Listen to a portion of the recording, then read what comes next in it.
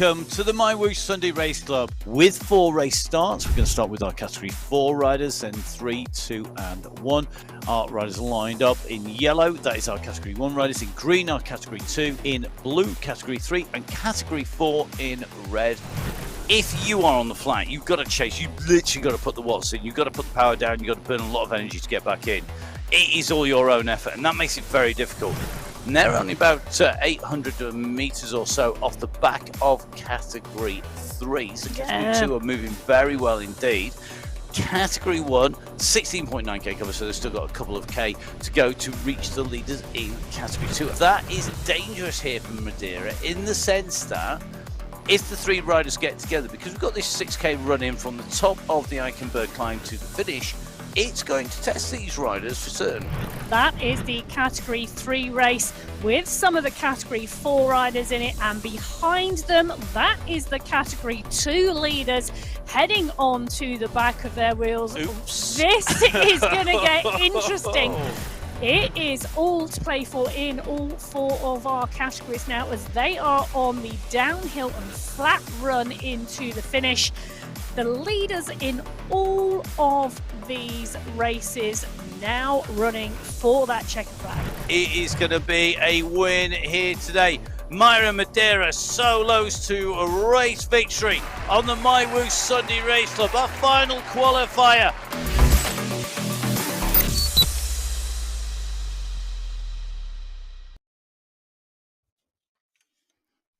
Hello and welcome to the MyWhoosh Sunday Race Club. We've had our qualifiers. We've had 4, in fact, because it's a bonus bumper month. But we are on to our monthly finals in October. So not just our individual classifications, but our team classification as well. My name is Matt Payne. I'm going to be bringing you all of the action. I'm here in the studio, as pretty much always, with the one and only Emma Martin. Almost caught you out there, Emma. You did almost catch me out, and catching me out at the beginning of a final, well, that's not a good place to be. But it is great to be here today for the monthly final in October. And it feels, well, I can't believe it's the end of October. You say that every month. I know, but October has been a cracking month for racing on the Sunday Race Club. It has, and we've had some great routes. We've had some very different routes and some real variety. Today's course, Emma, though, is a classic. It's a classic, typical final. If you had to sum up racing on MyWhoosh on a Sunday Race Club, probably this is the kind of route you'd be picking, something with a lot of lumps and bumps and a big climb at the end. Well, we're in Arabia on the Jebel Yais. It's 35 kilometres, 633 metres of climbing. And you're right, Matt, it is a really rolling profile. So there are indeed 5 300-metre sprint segments along the way and 2 climb sections. So the first climb comes at 13.6. Why say first climb? First climb segment comes at 13.6. kilometres. It's 2.1k with an average gradient of 1.2%. Now, the main part of this is the fact that at 28 kilometres, it's a Category 2 climb, and that's 2/3 of the total climb today. That is the Jebel Yais. It's 7.5 kilometres long with an average gradient of 5.5%. Now, there are some tricky sections along the way on this course, and I'm expecting to see attacks before we get to that climb. So am I have to agree. I think it's going to be a really interesting race, particularly with the team dynamics, shedding other teams' riders. It's going to be really critical, and all 4 categories have a mass of teams involved. And that's true for Category 1, 2, 3, and of course Category 4, which are kicking us off. Some great teams here, the Petite 4 team, Phoenix Superbase, Team Love and Volcano, as well as a couple of individual riders, Salamat Al-Kabi, along with Waisun Tsai also in there as well. Anyone particularly here that we think is dangerous, or are they just all like just watch the lot? I think this is going to be a cracking team competition. Team Love have got to be up there. Superbase, Volcano, it could be anybody's. So as we sit on the start line, Category 4 are ready to go. And the MyWhoosh Sunday Race Club final for October is up and away as our Category 4 riders swing out of the start pen and out onto the boardwalk, out onto the course as they cross over the water. What a cracking start. Now, Yi Suwon Sai is leading the race out at the moment. A good strong pace coming out of the start pen, getting a little bit of stretch on this group at the moment. Now, nothing wrong with a strong start on a final. No, and I think it's really critical. You don't want to get caught out. If you maybe mess it up, you get it slightly wrong in a qualifier, not so much a problem, because of course there's plenty more qualifiers usually. But on a final, really key, particularly as you don't want to let your teammates down. Now, when we talk about teams, Emma, we're talking about teams between 3 and 5 riders ideally, aren't we? Because 3 is the minimum to qualify and 5 is the maximum number. But how are those scores based? So when we talk about top 5 teams, how does that work? Yeah, so 5 teams in total in Category 4. It is the three quickest riders in the team whose times are added together that give the team competition. So if you've got 3 riders in your squad, all 3 have got to finish for you to qualify for the team competition. If you've got 5 riders in your squad, then you've got a little bit of leeway for maybe a technical issue or just having heavy legs that day, and you've got a little bit of fallback on that. But the teams that we've got in here today, Matt, in this Category 4 women's race, you know, every single team has had a top 5 rider this month. Which is, you know, so it means there's competitive riders in every single team.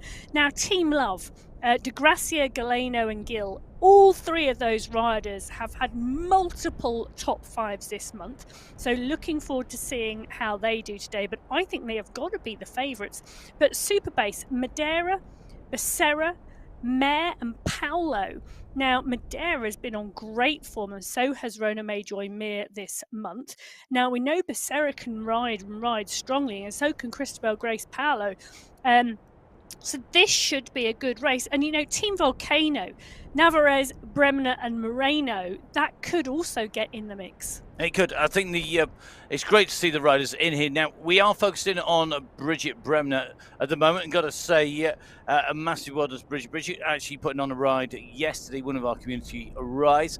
And as you will notice, that the screen's slightly different if you're a regular, because we have, of course, the ribbon that denotes it is Breast Cancer Awareness Month, and that's for the October. And to culminate on our finals, the women's race lit up in pink, as is traditional for breast cancer. I've done quite a lot of work with the breast cancer awareness teams here for breast cancer care in the UK, and on their events, and the stories that people tell you when you're there, when they relate, really does ring out. And I'm sure there's probably very few people who don't know somebody who's not been affected by this. So please, whether you're male, female, check yourself, make sure that you know what shape you're meant to be.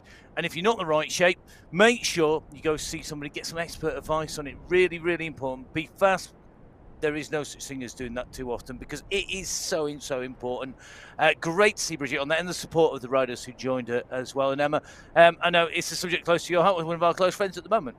Yes. Just on the way through a probably a very similar experience, although I'm sure everybody's is different. Yeah, I know, and it is indeed something that touches everybody, quite often multiple times in their lives through friends and family. So as we go into the start pens again, it's Category 3 this time that are sat there waiting, and the teams today: Pumpkin Spice, a little bit of October fun there, Team Purple and the Hub Zone all represented here. Now, this is an interesting team competition as well, Matt. I think Team Purple have got to be the favourites, but I think Pumpkin Spice, well, they're really going to give them a run for their money. And of course, we've got Golden Light in the mix as well, who could mix this up as an individual rider riding for her own team. So going to be a real interesting battle. And as you say, such a wide variety of riders, all of which we know can be competitive. So we have Category 4 already off down the road. Category 3 are lined up, ready to go. This is the start of our monthly finals in October. We're in with Christina Arias as we get ready and off we go. This is the time to hit the boardwalk, to get those engines rolling and really start to wind it up. Do not get left behind. You can't win the race coming out of a race stop, but you can lose the race. And that is absolutely critical. Two very different things, but being smart now is going to save you energy, but it's using the right amount to get yourself rolling. The riders take the left-hand turn onto the boardwalk. They're going to be heading into town, in amongst the amazing architecture that is based down in Arabia, in our worlds in Arabia, on the MyWhoosh platform. And don't forget, you could join in. We'll be kicking it all off again next week, but we have our finals this week. Yeah, it's finals week this week. Now, a little bit about the Yebeliers. This course, we have run this course on numerous occasions in this women's race field. Qualifier 1 in August this year, qualifier 2 in September. This is the finals in October. Now, in August, it was a 107 in Category 1, September a 110 in Category 1. Those were the winning times. You can see a very different style of racing. Category 4, which will give you an indication of the differential between these four categories. 122 was the winning time in August, 123 in September. So those are the sorts of ballpoint times we're looking at today.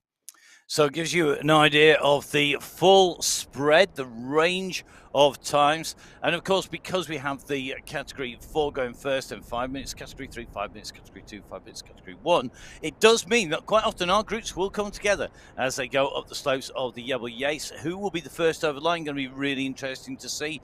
We do tend to find the finals are run off with a little bit more aggression and a little bit more of an attacking flavour to them, because there is much more in the way in terms of digging in there and pushing on. Well, so really interesting, isn't it? Take a look at that on the right hand side of your screen. It is indeed a dig coming in the category 4 race, up and over a little bump in the road there, up and over the bridge, and it is Rona Mayjoy Mayer who did the pushing on. Gina de Grazia is there as well, so is Bridget Bremner. The move has been covered very, very quickly. Sarah Sook is there, so is Gil and Galeno. They're the riders doing the chasing, 2 seconds back at the moment, and I think this will all come back together again. I cannot see a breakaway group of 3 going away at the 4-kilometre mark and anybody letting that happen, because these riders in here now, Kirchner, Gallego, Madeira, have all had top 5 positions this month. They know how to race this, and they are not going to let this go away this early. They're going to try and cover the moves. But interesting, on the bottom left-hand corner of your screen, you can see this split very clearly into 2 groups at the moment. The power and the pace, the pressure that's being applied by the race leaders, it's opening up gaps, and you can just see that second group as we come over the bridge up across the water here with the mosque in the background behind. You can just see the gap that has opened here between our leading group and that chasing group behind. 13 seconds is the gap between the 2 groups of riders. That at the moment is substantial, because we are at 4.5k of 35 kilometers covered, albeit it is some of the nicest. Well, I think that's 11 riders in that leading group in category 4 as we drop in with category 3, and the push is on here as well. You know, absolutely coming fast and hard from these race categories today. So it is indeed De Silva who's been doing the pushing on here with Tanglian. Gentili is the rider trying to close the gap. They're about 1 second back, so not far off the back of the wheel, but interesting to see that push is already coming. So in 2 categories already gone, categories 4 and 3, we're going to move over to category 2. The third of our categories away in those green jerseys. Another big field with some great teams. We've got the Anzac Biscuits, Grind My Gears, the Speed Queens and the Spicy Girls in there. The question is, who will be grinding the gears? Who is going to be spicy? Who's going to be speedy? And who's going to take the biscuit? Well, don't ask me, because when I looked through these earlier on today, I thought this has got to be the closest team competition out of the lot. All 4 of these teams could win today. It is really going to be interesting to see how this category plays out. Well, it could be the Anzacs with Mabin, Gianti, Trident, and Vink. It could be the Speed Queens, but we're not going to know for just over an hour as the final seconds tick down in the start pen, and off they go. This is category 2, up out of the start and on to the course. This, for me, is going to be one of the closest races, I think, today, particularly in this team competition. Now, last month, this was dominated by Team Europe, but Hermansen, Walkenhurst have both gone up into category 1 this month, which has left this category 2 filled well and truly open. So the 5-minute 51 time gap between first and second in the team competition in category 2 last month, I am not expecting to see today. I may be eating my words because we might have a new team dominating here, but every single team has at least 2 people who have finished in the top 5 this month. And when you look down the list of names, as we do when we get the start sheets coming through and we're changing them over, it is very much a case that you move it across. And I have to agree, this is sort of category close, at close time, on close day, in close month, in close town, on close in close country, because this is super close. There is so little to split the groups and the riders. I mean, irrespective of which team you go through, you look at the biscuits. What? Think Mabin, Gianati, Tredin. You think, oh yeah, it's a great team. They've got so many strong riders. Then you go down. We literally drop down our sheets to grind my gears. You got Hadlock, Hawaii, Kokona, McAlpine. It's the same. You go through Gallego, Alze, Lopez, Garcia, Barco, the Speed Queens, Leno, Galeno, Zabala, Sanchez, Patero, Spicy Girls. There's no weak riders. There's no. No, I know. It is absolutely stacked. If I had to stick my neck out, I think I would go with grind my gears, but I could be so wrong. Yeah, and I think in part this is also because we've got this mix of new riders coming up, and we've lost riders coming into category 1, and that really has shaken it up. And this is one of the great things, isn't it, about MyWhoosh and the 4 categories of racing. I mean, we are right in the heart in the Northern Hemisphere. They're really kicking off with esports, and there's so many riders and racing going on. And do you know what? It's really great to see, but with having the 4 categories racing simultaneously, and with people moving through them, we're really seeing this, and it is great. I mean, we really do love seeing your messages. Thank you, everybody who's got in touch. Don't forget, it's not just MyWhoosh on Instagram and on Facebook, my_whoosh on Twitter, but you can get in touch with Emma at Biking Emma and myself at Matt Fix the Pain. I mean, loads of people do. We really do. We try and respond to every single message that we get. We don't always manage to achieve it, but we do. I promise you, we read them all. Whether or not we actually put a coherent response to all of them, particularly on a Sunday afternoon when we've finished doing the show, is another matter. But you know what? It's really, really good. So please do get in touch. Let us know what you've been up to, what group rides you're putting on, what you get doing. Let us know where the group rides are, because it's always great. We do try and get on board as many as we can.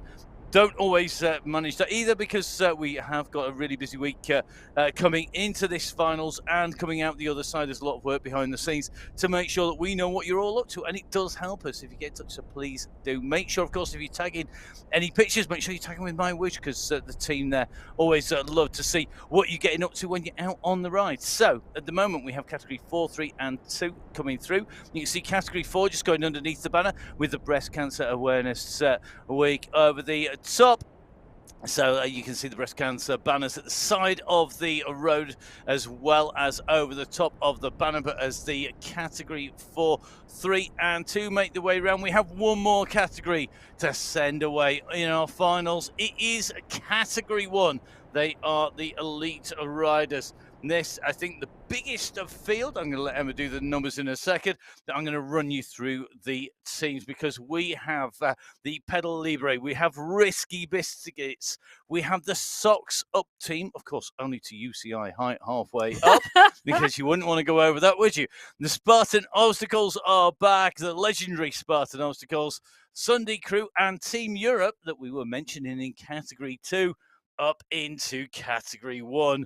This Should be a cracker. Well, it should be indeed. And whilst my money has got to be on Risky Biscuits, Engstrom, Fua, Bjarhead and Koinstinen, Spartan Obstacles, Columbi, Gonzalez, Ruhrmann, Shandy and Kasani, Team Europe, Hermansen, Embring, Walkenhurst and London. It is absolutely phenomenally stacked. So with this start field, we're going to hit the roads of Arabia on MyWhoosh. MyWhoosh Sunday Race Club Finals are go. We are on green. We are away. All 4 categories out from the pens. Now is the time to let the lakes do the talking. The time for putting up on social media how well or otherwise you're doing is over. This is about getting the power down, and already you can see we've got a big kick out from the start here. Now, some of these teams are going to try and put people in trouble early, particularly if they've noticed that certain riders don't get out of the start pens fast. Other people will be looking to test the weaknesses. Some people will just be looking to test the teams and see what is happening, see how people are riding. Is any of these teams riding particularly strongly early on? But you've got to save your strength for the Yebel Yates. That is our big climb. The aquarium's tough part way through. There are lots of little dips and rises. In fact, one of our non-categorized climbs is the dip and rise just between 25 and 28k. However, that dip and rise, it is not categorized, but it's right before our final climb. Yeah, it is indeed. And that tunnel really plays a part in this course. You know, you drop in, you climb out, and then you head towards that final climb. Now, 2/3 of the total climb on today's course today is indeed in that final climb, the Yebel Yates, but it is not flat until we get there. There are a number of rolling sections, and you can see on the top right-hand corner of your screen, that really gives us the profile of the course and what is coming up for the riders. Now, this Category 1 bunch, you can see on the bottom left-hand side of your screen, 2 groups already on the road, and the group that we're looking at, this is the leading group, nice and tight, steady pace at the moment. I'm looking at Jenny Daniel, around 2 watts per kilo, 3 watts per kilo from Zimmerman. Everybody now settling down at around 2.5 to 3. This is rolling and rolling nicely at the start pen, but nothing really happening in this leading group other than the fact that, well, they've already dropped people. They have. And in the finals, this is when we don't get new riders. So it's not like we've got a mix of riders. So when you join MyWhoosh, if you haven't done many rides on MyWhoosh and you're riding a qualifier, the default category is Category 1. So you don't jump in as a former world champion into Category 4. And oddly enough, give everybody a kick in. You drop into Category 1, but once you've done some rides, so whether that's a ride like the ride that Bridget was putting it on Saturday for breast cancer awareness, whether or not it was about getting out on the Tune-Up Tuesday racing, which comes on, guess when? A Tuesday. Don't forget that you can jump on board. The more riding you do, the more data we get. And of course, key to that is the passport. Now, the passport is the way that we get to tell exactly how much, what basically power you can put down, when you can put it down, the sort of riding you can do, ramp test, passport test, etc. All give you that data. The more data you do, the more riding you do, the better it is. The better we can do the job of slotting you in the right category, and that is absolutely key. And what's not to like, you get to ride lots apart from the passport and the ramp test bit, which can be quite tough. Yeah, not my favourite thing in the world, I have to say. But also we need to remember, Matt, that these 4 categories, there is fluidity and movement between them. You know, so we have seen riders, and we do see regularly riders move up through the categories. You know, they come in, they get allocated to a category, they race, they continue racing, they learn, they understand the platform, they become more and more competitive.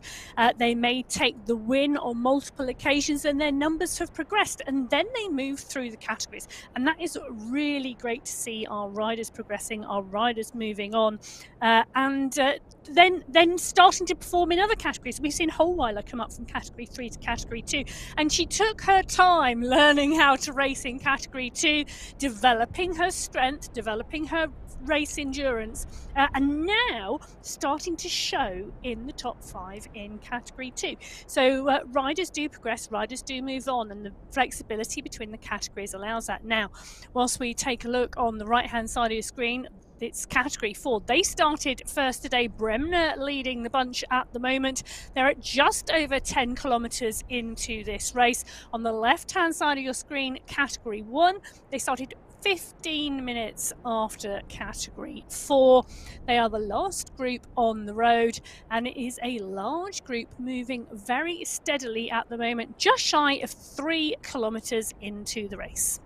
And we're going to be watching all of their data. You can see, irrespective of category, we get the same data screens. All our categories are treated equally in terms of the data that we see, of the performance data, of the chevrons that appear on the right-hand side in red and yellow when they're pushing on, of the arches, of the time splits. We get all that same data. You can pick up all the results, for example, of this sprint as our riders go through the start of this sprint segment underneath the green arch with that pink breast cancer banner over the top, heading for the finish of the sprint, the Abu Dhabi sprint, coming between 3 and 3.3k, so 300 meters long. But at the moment, the rider's going to be very careful. Now, you've got to remember, key to this, that the times through here give us a snapshot on the riding, and they are the time from the start to the finish of the banner, not first across the line. So if you are watching the launch of the Tour de France Femme and you are looking at that thinking, oh, right, okay, so there's a sprint here, there's going to be a finish, it's all done at first rider over the line. When we're looking at a sprint in esports, we're looking at a sprint on MyWhoosh, it's about the time through that segment from the start banner to the finish banner, and those times are critical. Well, I can tell you that category 1 were tapping their way very lightly through that timed section. Category 4, well, they were on the move, and Myra Madeira, well, she was putting the hammer down through there, 27.4 seconds, 0.077 of a second back. Gina de Gracia, Bridget Bremner, Rona May-Joy Mayer, Christabel Grace Paolo, Daniela Galeno. Then we see Angel Hadlock from category 2 just dropping in there. We now see, I'm just having a little scroll down through my sheets at the moment. Montoya, the first category 1 rider in 30th. So category 1 up and over the bridge. We've got a little bit of a push on the group there as we come up onto the bridge, and 1 or 2 riders just off the back. We're watching Hermansen in at the moment. She's right on the front of that group with Embring, with Quinston, with Manchandi, with Barragan, with Daniel, with Kasani. Walkenhurst is there as well. So everybody we're expecting to be in the mix is in the mix in this group. One rider just distance off the back at the moment. I'm not sure who that is, but well, I'm taking a look back and I'm wondering whether they are going to be able to close that gap down because, well, it is literally just that push up the bridge that I think has caused that gap. The question is, can they get back on? This group have been riding very, very steady state pace so far in this category 1 race. I think that's one of the things, isn't it? You can quite often drop off the back, have a little bit of a breather, or maybe even just choose to stretch your legs out, because you don't want to go on the front and hot the whole pace up, but you maybe want to just test your legs. You go off the back and you come forward. And that's one of the things you learn. You see that, I think, more often with category 1, who are the more experienced, they're the fastest. And of course, they're the ones who we reward the most, if I can even say that. You can tell I need more coffee this morning. Had a time change here. We're based in the UK at the moment, and we just had a time change in our clock. So whilst the race time in Gulf Standard Time is the same, in the UK it means an hour's less sleep, which when you need to sleep as much as I do, then it's really important. I literally had to dance my way around the studio just to get myself warmed up. The riders, they've got to do it on the roads, and it's going to be really critical that they are warmed up. So let's take a look at how we reward our riders, because we have 4 categories of riders, and it is monthly finals. So left-hand side of your screen, not the right-hand side, is what comes into play. We have the individual classification, same as qualifying, basically with 2,160 AED for first, running to 432 AED for 5th for our individuals. In addition, not instead of, but in addition, they can also win the team classification. 3 riders to count, the fastest team of 3, taking away 10,800 AED. It's 3 riders to count. You can have 5 riders in your squad, so you can maybe put a few more riders in there in the hope that if one of you has a bad day, you've got somebody else to go up there. It might be you don't know who is going to be the fastest on the day, dependent on the course. So maximizing the chances by putting the most riders in. 10,800 for first, right the way through to 1,080 AED for fifth. Now, when we move from category 4 to category 3, higher level of racing, higher level of prize fund. 3,600 AED for first to 720 for second in 720 for fifth, sorry, in category 3. The team classification, 18,000 AED for first, down to 1,800 for fifth. Big jump up because this is a step up. Same again when we move from category 3 across to category 2, because we then move up from 6 up to 6,000 AED for the individual winner. We have 30,000 AED. I was going to say that again. 30,000 AED for first place in the team classification, right the way through to 3,000 AED for fifth. And as you would expect, when we move from category 2 to category 1, you'll never guess what's going to happen. It all increases, but boy, look at the top prize. 10,000 AED for the win, 8,000 in second, 6,000 in third, 4,000 in fourth, and 2,000 AED in fifth place for our individuals. They can add to that if they're part of those teams that qualify and take away the top 5 prizes with, you ready for this, 5,000 AED for fifth, 10,000 AED for fourth, 20,000 AED for third, 30,000 AED for second, and a whopping 50,000 AED for first place. Now, AED, of course, works if you're working or living or visiting or have the pleasure to go to the UAE. However, you may be based somewhere else in the world and not get the chance just yet to go visit, to go have a ride there. And because of that, we always have Emma's Exchange.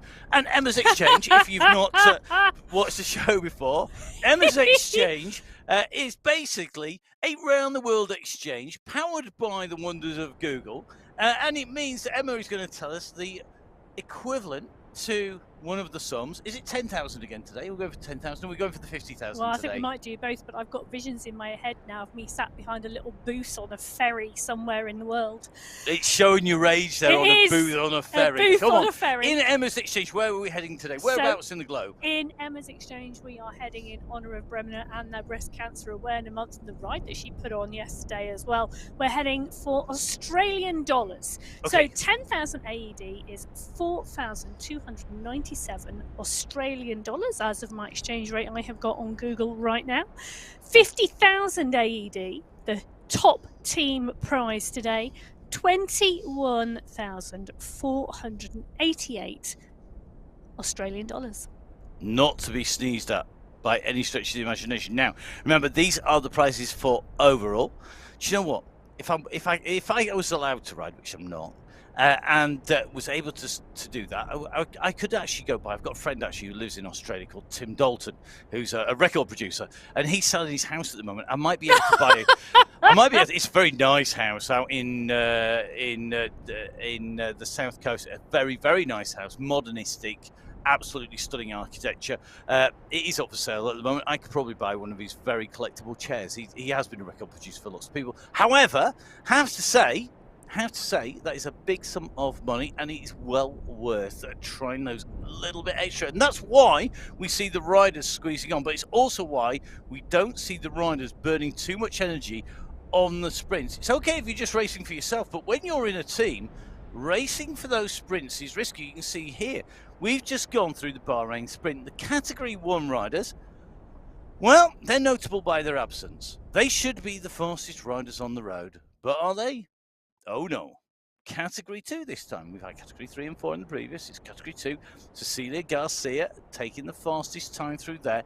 But if you look at the numbers, 3, 2.6, 3.4, 2.8, 2.9, 2.8, 2.9, pretty much everybody's not really going for this. They're not sprinting. No. They are riding at a good pace through the sprint segment. And if you take a look back down the results, Category 1 drop in and around 20th to 30th position. They're pretty much doing the same type of pace, around 2.8 watts per kilo, same as Category 2. Category 4 are riding strongly. Category 3 are in there as well. In fact, it's Category 3 who are probably the steadiest group through there overall. So really interesting to see. And what those segments are giving us really is the nature of the racing rather than an attempt at a sprint. So Category 1, very, very steady at the moment. Now we're in with Gonzalez Rura at the moment. You can see a heart rate 133. So a very steady state pace at the moment for the first 8.5 kilometers so far in this Category 1 race. We've got a big pack of riders, but if you take a look on the right-hand side of your screen, well, that is the Category 4 race, and it's De Gracia and Bremner who are off the front at the moment. Myra Madeira just getting onto the wheel. They're not that far. It's just been a bit of a stretch here. 2 to 3 seconds back. I can see Kirchner at 5. This for me is more of a stretch on the group than a concerted attack, as we see Bremner just put a little bit of extra power down there. But this is just like stretch after stretch after stretch. They've just gone over that first categorized climb, the aquarium climb, and that's what's done the damage to this group. It has indeed, and the aquarium climb taking this direction, breaking the group up a little, but not a huge amount here. And you can see it starting to come back together. So at the moment, Bremner with that polka dot jersey. You've got Madeira with the green jersey. Now, basically, they are the skin suits that are going out to the riders that are qualifying as the fastest. So you score points by going through the sprint or through the QOM fastest. By doing so, you will amass points, and those points translate into jerseys. Now, because of course this is a ride that is a race with overall prizes only for the finishing line, basically a scratch race. It's not stage racing. It is not going to award money based on those categories. Now, Category 4, right-hand side, Category 3, left-hand side. Emma, really interesting the way the race is progressing here. Yeah, that Category 4 race, 9 riders went into that climb in the leading group. The leading group, now that you can see on the right-hand side of your screen, 7 riders in the front. We've got 1 rider just pushing to stretch onto that group, 1 other rider further back, and you can clearly see that rider distance on the bottom left of that right-hand screen. The Category 3 race that you can see, well, that's going slightly differently. They're up and over the bridge at the moment. This is the rise in front of them. Are coming up for 14 kilometers. So this indeed is the climb that they are facing at the moment. But look at the stretch on that group. You can see that it is a much smaller group than when it started this race. But you can also see on the bottom left-hand side of the screen, they are about to come up onto the back of the Category 4 race. So after 14 kilometers of racing Category 3, they started 5 minutes behind Category 4, but they are now 20 seconds behind the 2 riders at the back of that Category 4 race field. And you mentioned at the beginning of the show, Matt, that we were likely to see the categories come together towards the end of this race on the Jebel Yace. That is now starting to happen with Category 3 making the catch to the back of the Category 4 race. It is indeed, and in fact, I think if we're looking at our satellite view on the left-hand side, that radar, that sat-nav view, the 2 groups you can see that have done the right-hand turn, I think are, in fact, our leading group of riders on the road. Now, I stand to be corrected on that. However, I think that is our leaders are just going around the furthest part of the left-hand bend, and then the 1 chaser behind.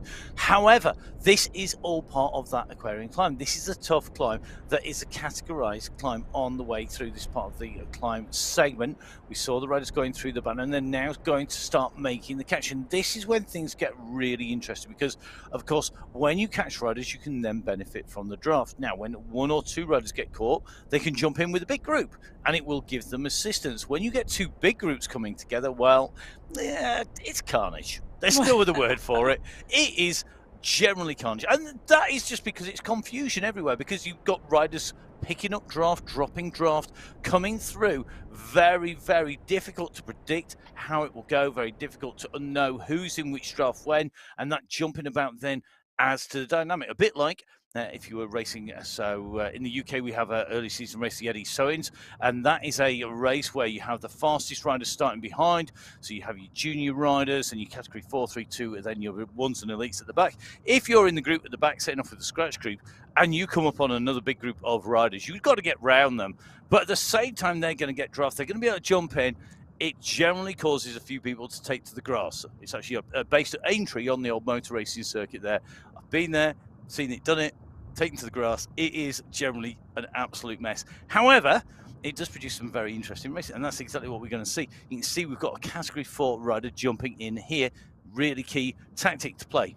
Yeah, it is indeed. But also what's really interesting is now it is not far behind. It's only 1 kilometre behind to the Category 2 leading group. So we're now starting to see these 3 earlier starting categories all come together as they move through this course today. This is the Sunday Race Club. This is the October final. And this is working through to be a really interesting race. So Gentili and Giuliano Alzat are the riders at the front of this Category 3 pack. They've picked up Sai, the Category 4 rider. They are about to pick up De Goss as well. Then there's a minute, actually it says a minute on the screen, but it's 450 meters till they hit the next rider in the Category 4 race field. So it's a large group of Category 3 riders that are leading the Category 3 race at the moment, but it's Natalia Idzik who's making the most of this gradient. She's pushed on, she's pushed past the Category 4 rider.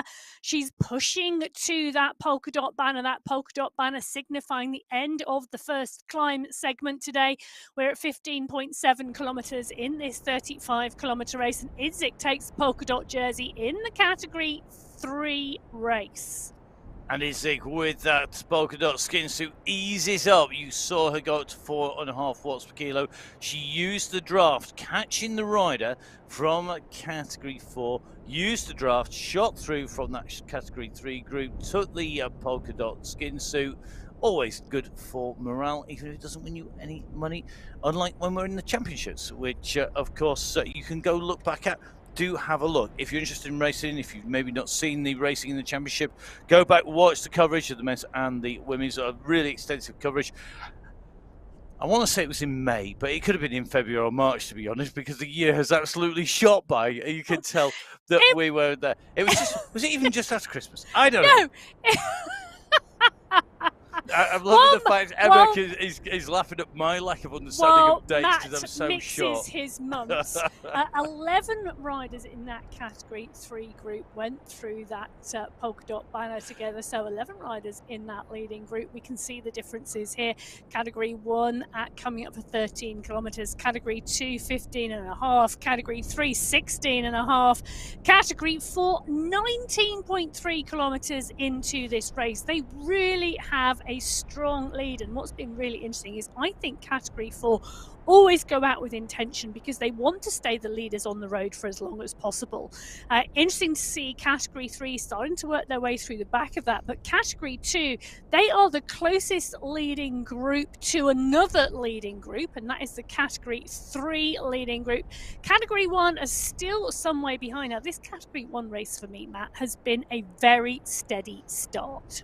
Steady would be, I think, is the biggest understatement of the day. That and the fact I can't tell one month from another, because they are literally out for a Sunday poodle at the moment. This is like it's going on a club run. They really are. They're just taking it nice and easy at the moment. They are saving their energy for when they need it, and that is a smart thing. And said it before on the coverage here on the MyWhoosh Sunday Race Club. Category 1 are often the most cynical. They're the most smart, the most tactically astute, but it does sometimes reduce the racing to what is relatively, for this level of rider, pedestrian pace. If you look at the numbers thinking, wow, that's incredibly quick, you've got to remember these are some of the best riders in the world. And because of that, that means that you have got riders who are capable of going much, much quicker, but they are choosing when to use the energy, when to push, when not to push, where to save it. And I think in the finals, we're on to this climb. I still think here on the Aquarian climb, we're not going to see any decisive moves because nobody not only wants to gamble with their own prize money, they don't want to gamble with the team's prize money.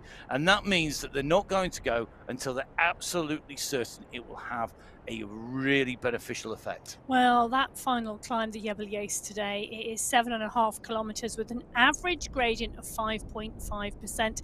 When they get to the top of that category 2 climb segment, there's 500 meters to the finish line. It's not a flat 500 meters, it's still climbing.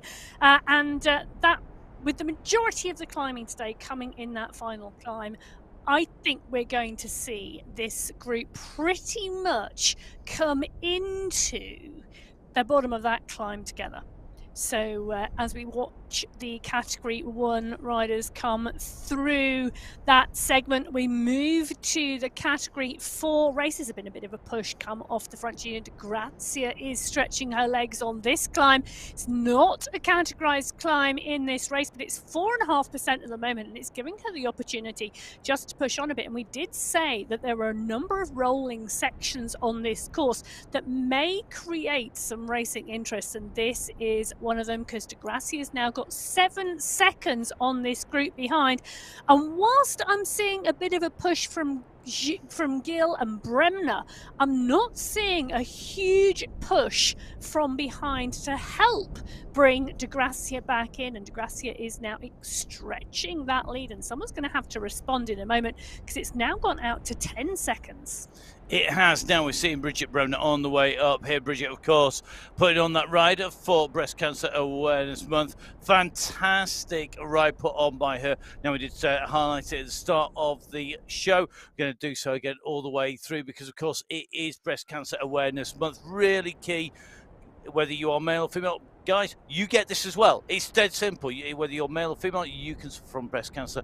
Being aware of what you need to do is really key. Please, please, please, guys, make sure you know what shape you are normally. And if you're not the same shape, go get it checked out. Make sure that you know what you're doing. If you have been affected by it, don't forget there's lots of people out there who can give you support advice as well. Lots of great work being done to look after people, and lots of people, because so many people are affected by it, have suffered from it. There's a huge community, and that community is brilliant.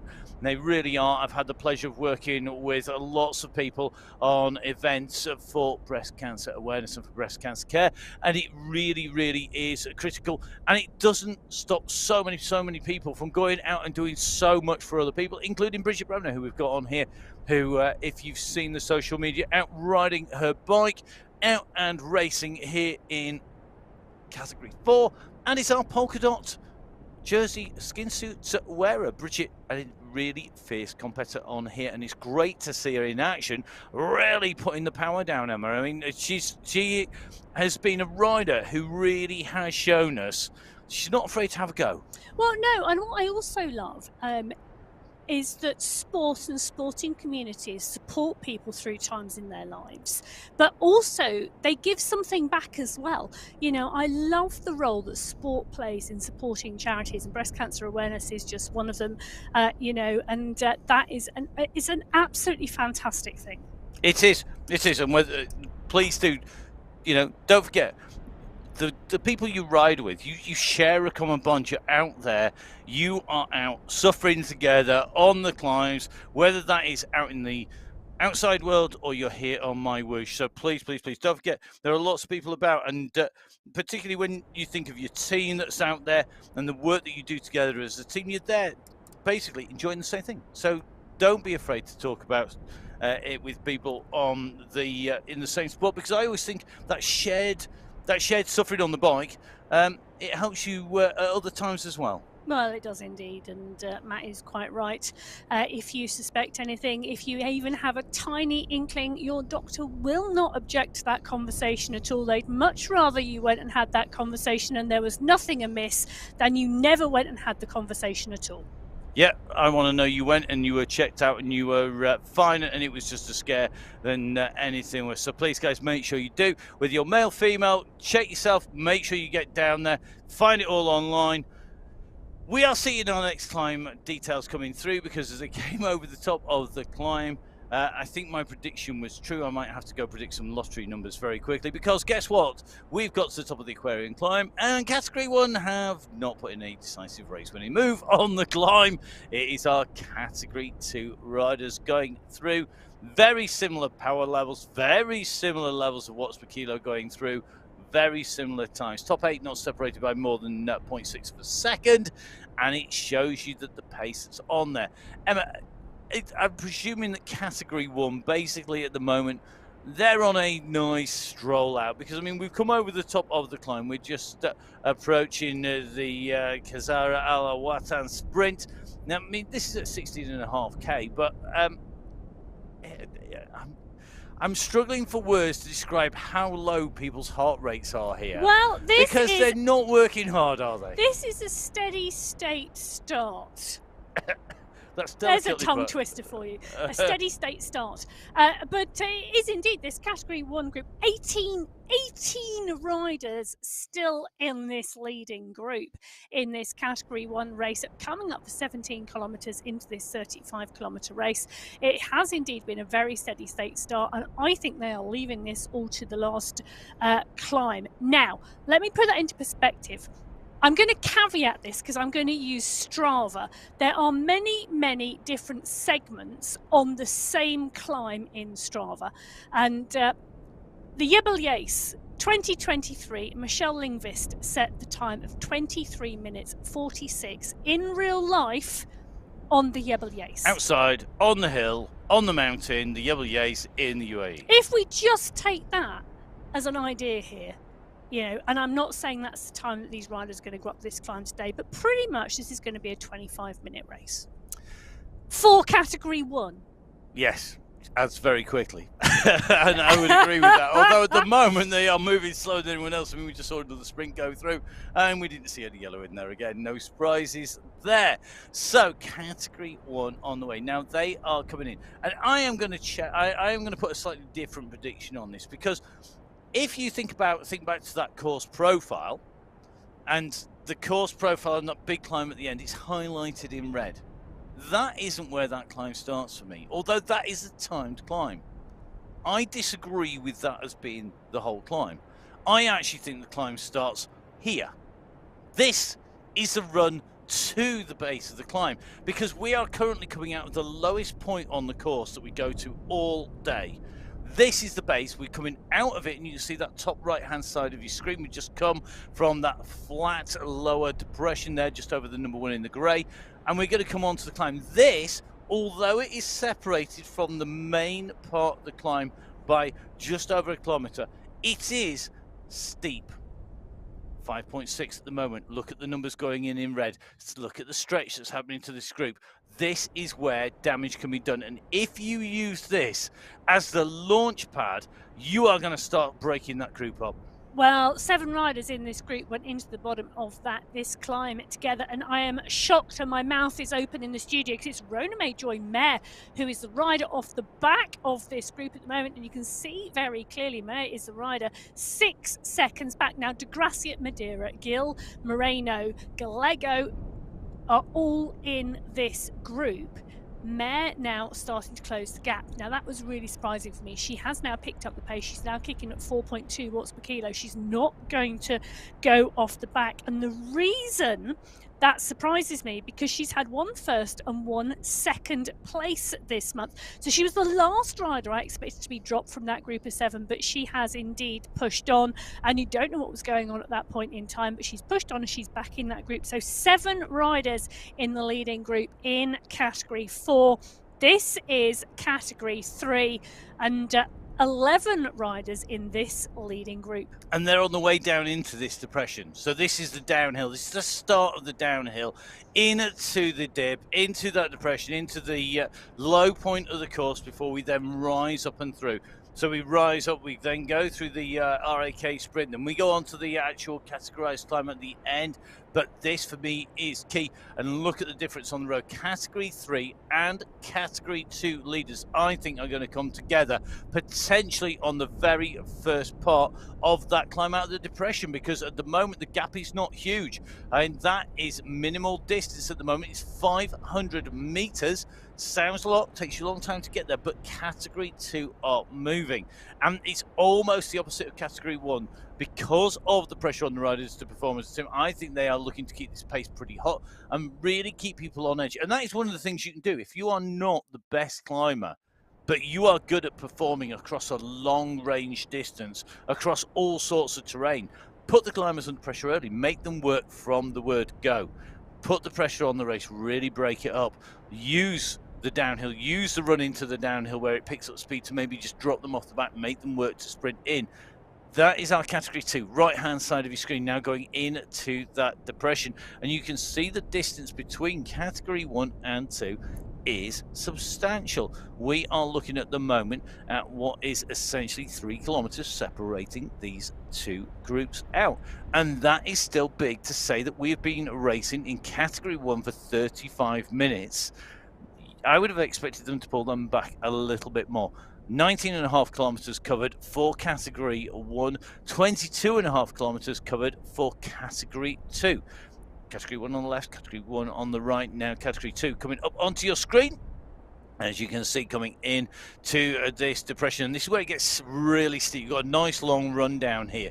Coming the other way, this is really hard. I've ridden this repeatedly the other way. They're going downhill. Coming the other way, it's a definite break up because you'll see it split. But going this way, it is still a tough climb out, and it runs us into the ace. So if you can put people in trouble here, the recovery time is not going to be huge. You can see the pace picking up here, 60 kilometers an hour plus. We said at the very beginning of the show that this Category 2 race was going to be really, really tight, because every single team in this race has at least 2 riders in it who have finished in the top 5 this month. Now, those 4 qualifying races this month, a total of 42 different riders in the women's race field finished in the top 5. But here in this Category 2 race, there's 16 riders still in this leading group. This is a ridiculously competitive category. Holweiler is here. Trident is here. She's had a win this week. Vink is here. She's moved up and progressed through the category. So has Mabin. Kokkonen has come up from Category 3 not long ago. She's returned to the MyWhoosh platform after a break from the Sunday Race Club. She's back and she's showing us what she's got. Now, what is really interesting is the Category 2 race is on the left-hand side of your screen. The Category 4 race is on the right-hand side of your screen, and you can see they are about to run into the bottom of the Yebel-Yace. And this group now, well, 7 riders in this leading group. Still a good-sized group going into the bottom of the Category 2 climb, Matt.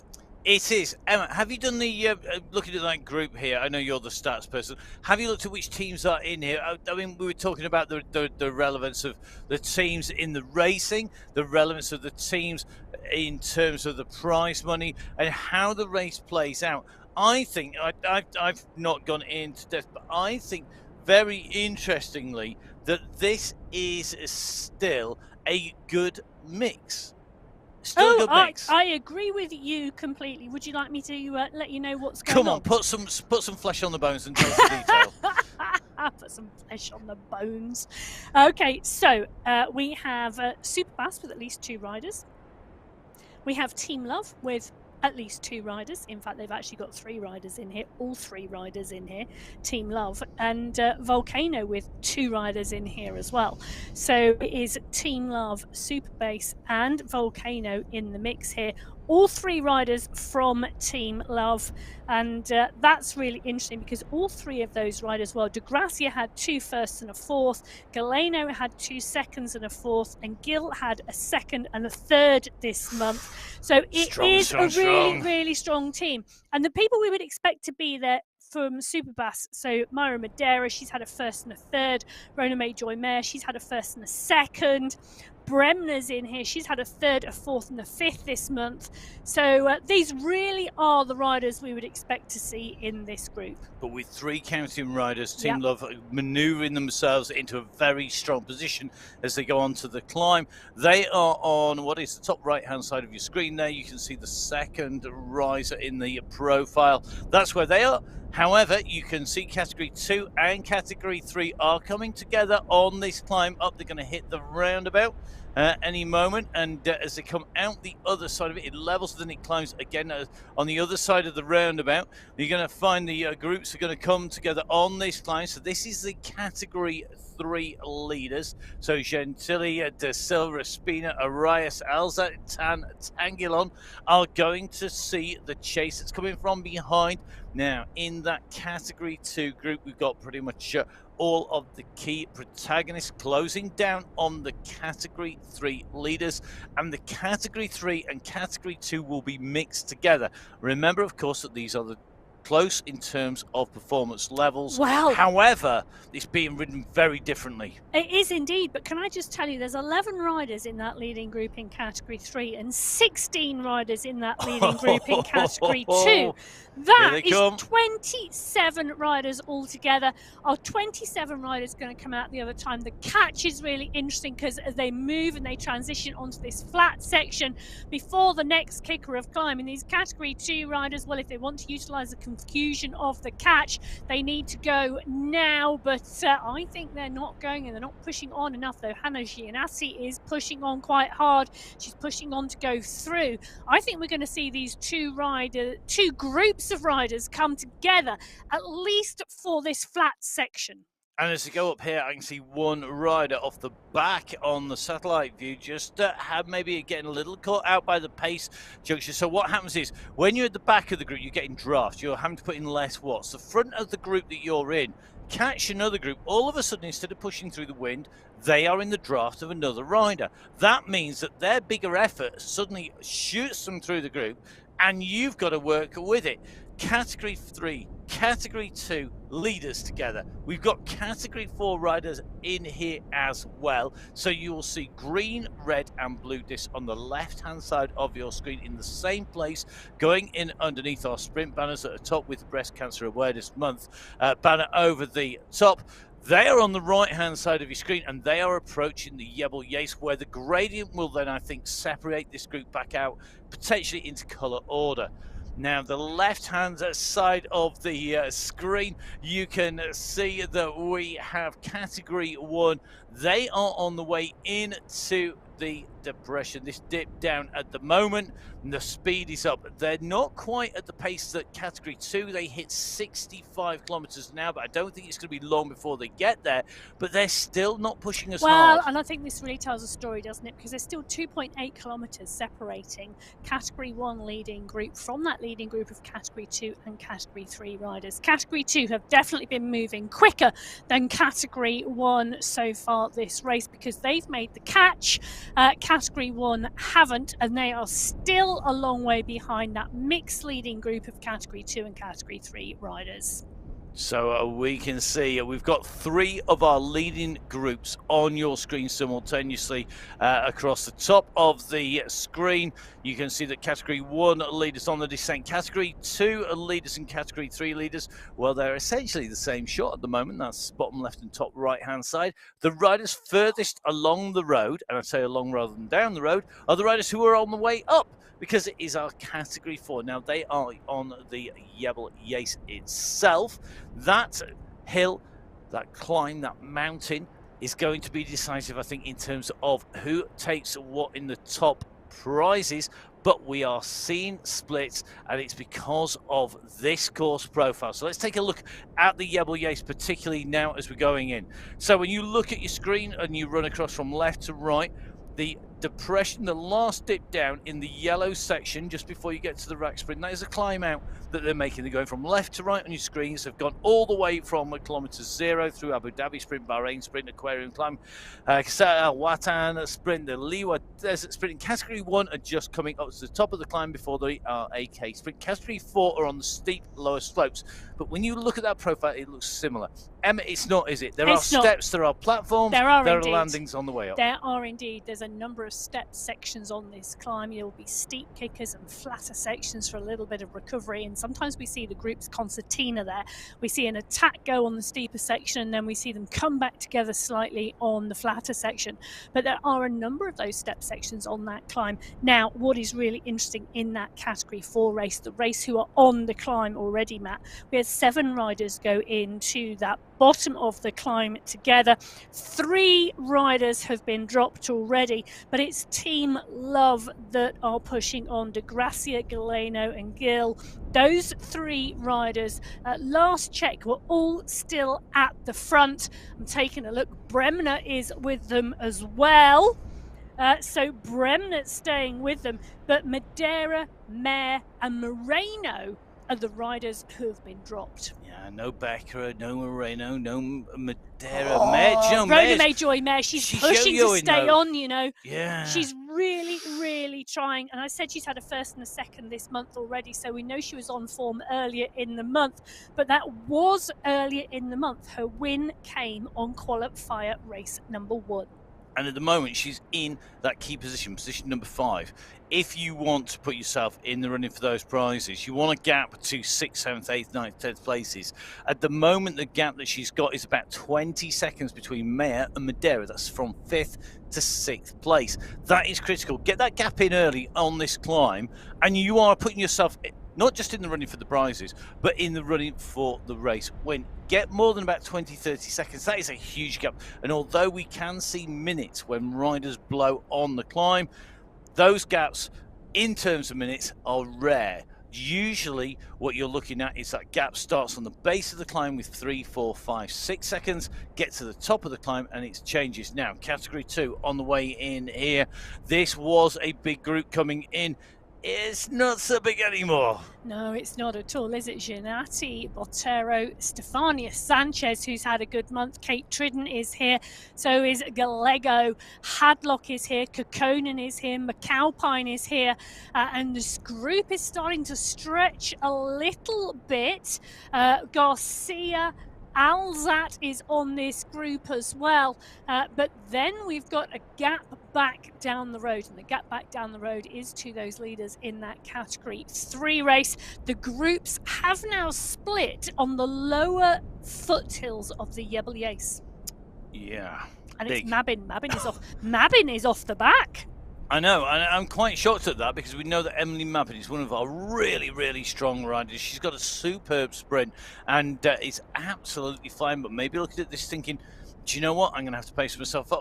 The other thing we don't know is you only need to pick up something like a cold, have a bad week, have the dog jump on your bed all night and then decide to wriggle all night and keep you awake all night. Not that I'm speaking from experience from last night. It would not just the clock's changing, meaning that I'm on mega coffees. But you only need something like that. It could be something random that we've got no idea of here in the studio that your teammates don't know about, and it will affect your race performance. It will affect how well that you are able to perform, how well you are able to deal with what's in front of you. What's in front of our riders, directly in front of them, is the Yebelies.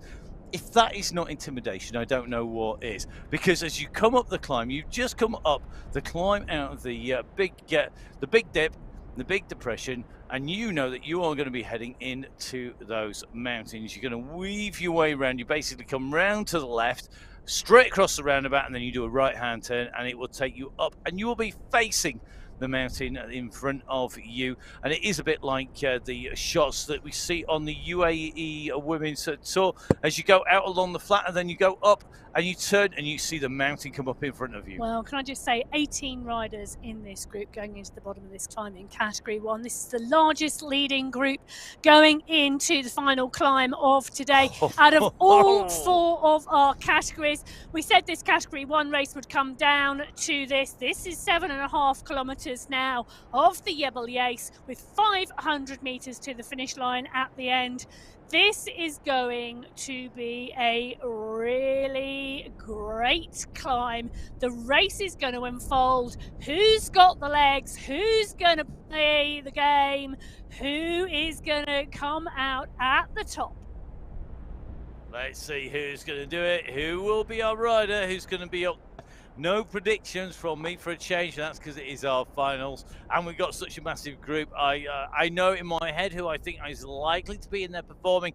However, we're going to go for no commentators' curses when it comes to the final, because you can guarantee whoever we say either has more pressure wrapped underneath their listing, or everybody then targets them. So we're not going to do Well, that. shall I just really say, mean. this month we've had 4 different winners over 4 different races in the Category 1 women's race. Columbi, Koinstenen, Hermansen and Fua have all taken a win. We have had no domination of winning in this category. 10 different riders taking top 5 positions, 4 different winners. It's been a really interesting October so far. It has, and now we're going to see whether they can tell a different story. Can someone dominate now instead as they come up, put their stamp on October, on Breast Cancer Awareness Month? They went underneath that polka dot banner with a pink banner over the top, and now they are on the climb. They will climb up, and remember, the climb segment itself will finish with 500 meters to go. That doesn't mean it's the end of the uphill. What it means, that's the end of the timed climbed section. And we'll get a good indication of who's climbing well, because all this group have come in together. And then it's a further 500 meters more climbing, more ascent as you go in towards the top of the mountain on the Yebel in the monthly finals here on the MyWhoosh Sunday Race Club.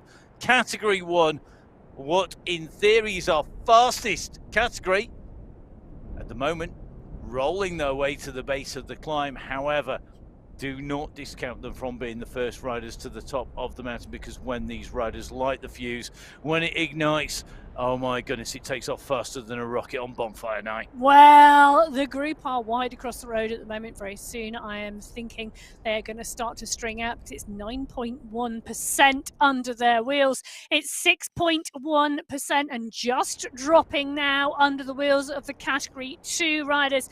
Tridden is there, McAlpine is there, Hadlock is there, Gianti is there. They are starting to pull back now. The top 7 riders on the road, those top 7 riders on the road at the moment are Category 4 riders. So we can see those riders, they are working their way up the mountain. Category 2 now working through to 7th place on the road. This is still a good sized group, you know, Matt. Currently coming up, well, they are just 500 meters off the 30-kilometer mark. McAlpine, Hadlock, Botero, Tridden, Sanchez, Gianti. Holweiler is still here as well. So is Gallego.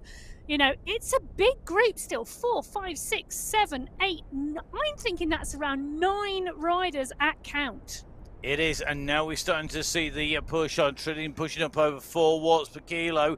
It's starting to do some damage. It eased off, and that is where you can push on the riders that are going into the shade of that hairpin turn, cut into the side of the mountain with the lower slopes out to their left. They're still shaded by that big slope above them, the mountain of the Yebel, so casting its shadow down. At the moment, the riders in the green, though, well, they're lighting the road up with the amount of power that they're putting down. You can see those red and yellow chevrons going in. Hadlock, Gallego at the moment pushing to go in. Tridden at the moment continuing to push on the front. The damage is being done. It's starting to distance riders one by one, where they're having to come back in. So there is definite damage being done by this push here. Kate Tridden at the moment has got the gap. Hadlock right on the chase, so he's onto a wheel quickly. Now another gap opens, then he gets closed down. This is going to be about who paces it right. This is not necessary to attack here. But look at that, you see another kick. This time it's Hadlock going over the top. So really interesting. Hadlock goes over the top for the grind my gears. Instant response though comes from Gianatti from the Anzac Biscuits. So Gianatti from the Anzac Biscuits going over Tridden, going over Hadlock. The Biscuits, I'll tell you something, Gianatti and Tridden at the moment, they're looking strong, but we saw Emily Mabbin distance. So they've lost one of their strong riders in this group. Well, they have lost one of the strong riders in the group, but it is a really interesting team competition as well. At the moment, Grind My Gears, Hadlock, Holweller, Kekkonen and McAlpine, well, they are the team to beat because all 4 of their riders are in this group. That's not to say other teams do not have riders in the mix, and more than one rider in the mix. It's going to be really interesting to see what happens in this Category 2 race. Hadlock push is on. Riders all motoring together, 5% at the moment, and less than 5k now to go. So as we ascend the mountain, our riders scattered across its slopes. Category 2 have caught and passed Category 3. They're in the hunt for the Category 4 riders, and on the bottom left-hand side of your screen, you can see the leading riders making their way around the mountain. Those red dots signifying Category 4. The leaders on the road at the moment. Remember, this is a race of 35 kilometers. The total ascent 633 meters, and time is starting to run out for these riders to make a decisive move. And if it's running out for Category 2, it's definitely running out for Category 4, because they are further up the road. They're 600, 700 meters or so round that right-hand bend. They've come through the sunshine. They're back in the shade. Di Grazia leading this out. Well, Di Grazia is leading it out with Galeno and Gill. Those 3 are teammates. They are teammates on Team Love now. Last month in the September final, Team Love finished in 2nd place, 34 seconds behind the Watt Queens. Their riders finished 2nd, 5th and 7th. Now, a number of the riders have progressed up to Category 3 this month, but Mare and Gill, who finished in that race last month in the top 5, are part and parcel of these riders on the road. So Team Love dominating at the moment Category 4. In Category 1, Lisa Hermansson puts in a big kick. She's starting to stretch them out. Gonzalez Ruhr is answering it at the moment. So it looks to me like Lisa Hermansson, one of the riders that has moved up from Team Europe, they're used to being winning riders across the categories. They're looking to continue that as they push on. But Spartan Obstacles trying to answer Team Europe with Gonzalez Ruhr jumping on to the heels of Hermansson. Columbi coming from the Obstacles team as well. Kasani working well. Guess who from Spartan Obstacles again? They really are looking to take them on, to take it to the battle and really come out on top. Engstrom in there though, and again another strong rider, this time from the Risky Biscuits. It is still wide open, a big group coming in here. 19 riders came in together, I think Emma said, if I remember correctly. At the moment though, that group is coming down. Solo push at the moment from Gonzalez Ruhr being answered by Kasani, Hermansson, Fuhr and Engstrom up there. And now we start to see Fuhr really critical, knowing when to push. These riders were saving their energy. If they save their energy and they can use it the right time, and that is now, they have played a blinder. If they save their energy and they can't answer this, they know that they are going to be in trouble and they are going to be distant. So leading group, 5 riders just squeezing on now, and 6 riders in fact just squeezing on behind though. Look at that group pulling them back. Yeah, they're coming.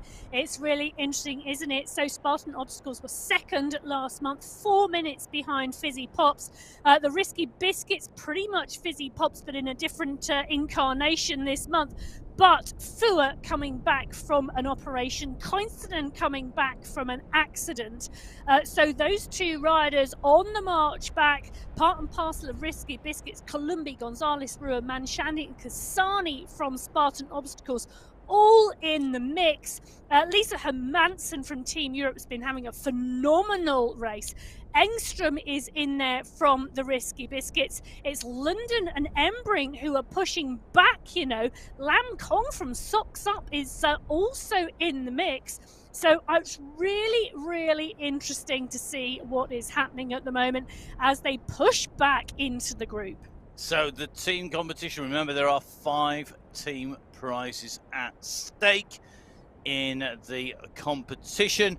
Really key, there are 6 teams in the Category 1 race. That means one team are going to lose out. So it is all really is to play for, whether you are in the leading group and you've got at least 3 riders in there, or you are further back and you're not quite in the mix. Left-hand side of the screen, you can see that we're in with Montoya, Barragan and Smithers at the moment, with Daniel, Coyston and Bring and Co are up the road. This is the group that have been distanced from the front of the Category 1 race. But when you look at these names, you've got Sunday Crew, Barragan in there. You've got Montoya in there from Socks Up team. So at the moment, they're going to squeeze to try and get as much time back as they can. Jenny Daniel is in the mix here, Sunday Crew rider as well. So I think they're going to see a little bit of tactics going on to try and pull back up with the Socks Up rider Smithers. Meanwhile, in Category 2, the gap is looking a little bit more substantial and a little bit more dialed in. 3 kilometers to go. Catered in at the front. She's got 5 seconds to 2 chasing riders. So that's Botero and Giannatti, Kekkonen, Hadlock, Sanchez, Gallego and Co at 10 seconds. The chase is on behind Din, and Botero is trying to bridge across, and she's now got a gap to Giannatti. So Botero trying to make her way up here from Spicy Girls, trying to get onto Kate Tredin of the Anzac Biscuits wheel. Behind is Giannatti. Giannatti working hard, but she is another of the Biscuits team. So it's going to be very interesting to see how that plays out. We haven't got long left, remember. We are at 32.2k of 35 in the Category 2 race, but it is, of course, all uphill. Well, it is all uphill completely, but I said at the beginning I couldn't call the Category 2 race in terms of that team competition, and I still don't think we can, even though Anzac Biscuits have got 2 riders right up there. It goes on the time of the first 3 riders of the group. Now, Ronamate Joy Mare, she is part and parcel of the Super Base team in Category 4. Tridden going up and past her, now pushing her into the top 5 on the road. Just Bremner, Gill, De Gracia and Galeno ahead of her as she continues to work her way up the mountain. She's continuing to push on. Botero is going up with her.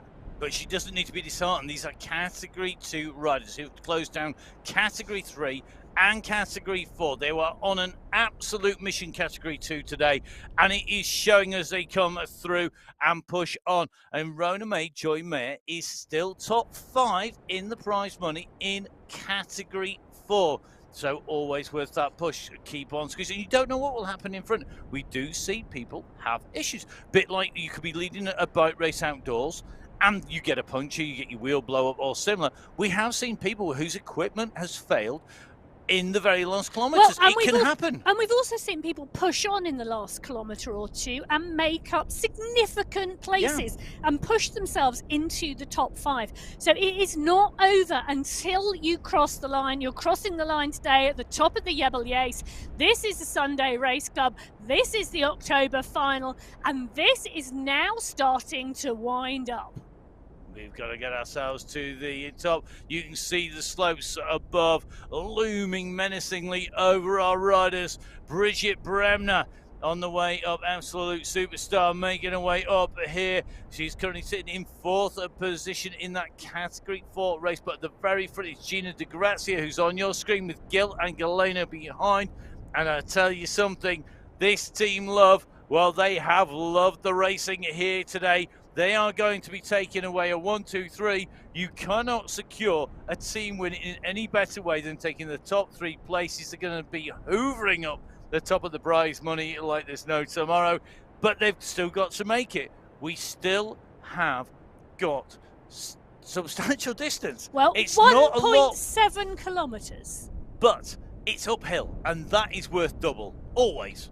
Trouble in my books. I love the fact that uphill is worth double Definitely. In terms of distance. But De Gracia, Galeno and Gil are now being joined by Kate Tridden. She is leading the Category 2 race. And you know what? She's got a 25-second lead now by the look of that. Stefania Sanchez, who has had a phenomenally good riding this month with a 3rd and a 5th in the qualifiers from the Spicy Girls, part and parcel of that chase. She's leading that chase race, but she is not alone. Fernanda Alzat is there. Hannah Gianti is there. Erica Botero is there.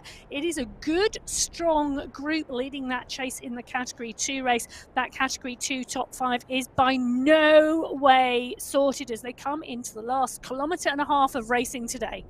So here we go, Kate in at the front of the race, overtaking the 3 Category 4 riders. She is now leading this out, but will she be leading her team home for the win? Will it be a win for the Anzac Biscuits? Will we see a real mix-up? Will there be broken biscuits by the time they get to the top? Will there be crumbs left across the top of the Yebel Yace? Well, I'll tell you something, like the Category 1 race, who are on the left-hand side are hoovering them up like they are hungry as anything, because they are working their way up through the riders. But the leading riders in Category 1, to give you an indication at the moment, distance-wise, doesn't seem that far. 32.4k versus Tradin's at 33.8, so 1.4k. However, there's 30 riders or so in front of our Category 1 leaders. That is substantial, and I think it's going to be a very close run thing in terms of catching up. They need to be travelling almost twice the speed of our race leader Tredin, and I don't think they're going to make it. Well, they're working their way through now the Category 3 field, and take a look at the bottom left-hand side of your screen. That is the mountain with all 4 categories on it, and you can see that snake of colours, that multi-coloured picture on the mountain as the Category 3 riders, 6 riders in this leading group. Engstrom and Fur from Risky Biscuits, Columbi, Manshandi and Kasani from Spartan Obstacles, and Hermansen from Team Europe, all in this leading group now. 18 riders in Category 1 went into the bottom of this climb together. 6 riders still together as we see Columbi start to push now. The Spartan Obstacles rider putting the hammer down. Manshandi, her teammate, going with her, and Kasani. Now those 3 from the same team. Engstrom starting to do some marking, making sure they don't go, but Columbi is the rider really pushing on here.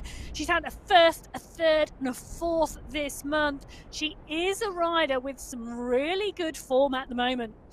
And she does need to push. Why does she need to push? Because she needs to push for that team competition. She needs a gap. She needs to build a time buffer for her team, for the Spartan Obstacles, because of the mix of riders behind. That is really, really key. And the riders are not going to know till their 3rd rider comes across for pretty much all the teams what time they need to get through. You just got to keep on pushing. The bigger gap you can open, the better. Columbia at the moment opening up a 5-second gap. You can see on the left-hand side of your screen 2 solo leaders in Category 1 and Category 2 on your screens. The Category 2 leader on the right-hand side coming up to the banner, normally topped with the UCI banner as the official esports partner, topped with the Breast Cancer Awareness Month banner in the pink on top of the red polka dot arch. Coming up over the Yebel Yace, it is Kate Tredin. She is going to go through. I don't think she'll have the fastest time of the day, but boy, she's motoring her way up here. She takes the polka dot skin suit as the leader on the road, the first rider up and over the top here. But whether or not she leads overall, we will see. Can she stay clear? She has less than 500 meters to go. You're going to take the left-hand turn around that right-hand bend, and then the yellow banner, the yellow archway that is the finish will be there. Well, 300 metres to go, and Tredin is pushing on. Gianti, Botero, Sanchez and Gallego are the riders behind her. They are moving, but they are not moving quick enough. Botero is the rider with Gianati. Those 2 are the closest. They are chasing the hardest, but there's 22 seconds separating them. Kate Tredin's got 200 metres to go. So she swings around the right-hand corner. She sees the finish banner in front of her. This is the October Sunday Race Club final. Kate Tredin has done a phenomenal job for the Anzac Biscuits. She has pushed on. Her teammate is fighting for 2nd place behind as Tredin comes up to the line. Kate Tridden is going to take the win on the MyWhoosh Sunday Race Club Category 2 for the Anzac Biscuits in the October final. So Tridden comes across the line. She takes the win, but her teammates got a fight on her hands, and Sanchez is coming. Sanchez is pushed over the top, but Sanchez, Botero, Gianti are all pushing for second place. These three riders neck and neck as they come into the line, and it's Erica Botero who's going to take it from Stefania Sanchez. But is Sanchez going to get it her way, or is Gianati going to come through? I think it's Gianati who's going to come through from Sanchez. So Anzac Biscuits, Gianati comes through from Sanchez. Sanchez riding for the Spicy Girls. Botero taking second place for the Spicy Girls as well, as Gallego pushes to the line. So at the moment, Spicy Girls with second and fourth place. However, this is the run to the line here. It's going to be really, really critical because the time is going to be key. Alze goes in over the line there in fifth place. It's going to be a sixth place, I think, there for Galeno. And that means I think they're going to get the team win, but it is going to be about those time Two Anzac mixes. Biscuits, two Spicy Girls, two Speed Queens, top six over the line. It's the third counter the Category 2 race is looking for. Back in the Category 1 race, it's Selena Columbi who is still pushing on hard. So Columbi leading the race at the moment. Behind, though, you can see that screen is covered in chevrons. Some of them red, but none of them as fast as our red winner today for Category 4. The Category 4 winner is Gina De Grazia. She comes in over the line for Team Love. She should be leading a 1, 2, 3 in the Team Love team competition, but they have taken the title, I think.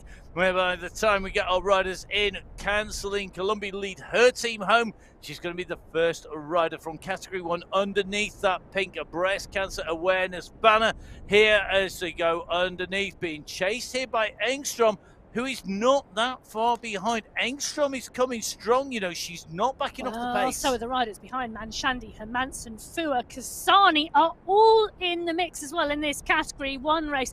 Those 6 riders still all riding strong, and this is really going to come down to who has the legs in the last 300 metres, because Columbi is moving. She's moving towards that right-hand bend. She's going to swing round that corner, and she's going to see the finish line. Engstrom is the rider behind Manshandi a little further back with Fua and Hermansen. Can Columbi hold on? So here we go. Columbi comes around the turn. She can see the banner. We'll give you a quick confirmation. It looks like Grandma Gears have won it in Category 2.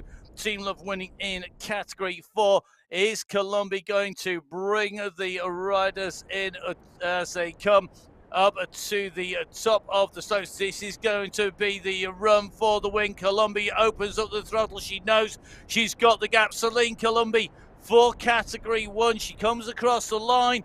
Will she head up the winning team? Armstrong pushing all the way to the line. The resurgent Catherine Fua is going to, just about take it, I think. Wait to see that confirmed. It is from Dega Mashandi. Then it's going to be Lisa Hermansen, followed by Ursula Kasani in that order, in and through. It is tight at the top. So don't forget, all of these results are live. Columbi, Engstrom, Fua, Dega Mashandi, your top 4. Kasani should be the rider who comes through in 5th place. We're going to see that unfold, I think, in front of our eyes today. Botero Gianati, the top 3 in Category 2. And the winning time, 1 hour, 11 minutes, 28.951 seconds. So now our top 6 riders in, it's Hermansen and Kasani coming in 5th and 6th place. All the times are live. All of the results updating as we speak. You can catch up with them on mywhoosh.com/results. Don't forget that when the race ends, they will be unofficial until they are verified. And when that happens, you'll see that tick. It's confirming that they are the final results. What a final, really intriguing race. Lots of great action, some very different tactics on the way through. It's been an absolute blast, putting worst section all the way through October in the women's racing, particularly to round it off on the end of the month with the highlight of the Breast Cancer Awareness Month. Please do remember, get yourselves checked. Make sure you know that the support is there, and if you need it, go grab it fast. It's been a pleasure putting words to the action. My name is Matt Payne. You can find me at Matt Fixer Payne on social media. I'm joined here by Emma Martin. Emma, where can we find you? You can find me at Biking Emma on Instagram. And don't forget, please do get in touch with us. And of course, the amazing team that make it all happen behind the scenes at MyWhoosh on Instagram, Facebook, and my_whoosh on Twitter. Do subscribe, do watch, and make sure you come back and join us very shortly for the men's race. I'm going to go grab an ice cream and a coffee, not necessarily in that order, very quickly before we come back with that. But in the meantime, stay safe. We'll see you again soon. Goodbye.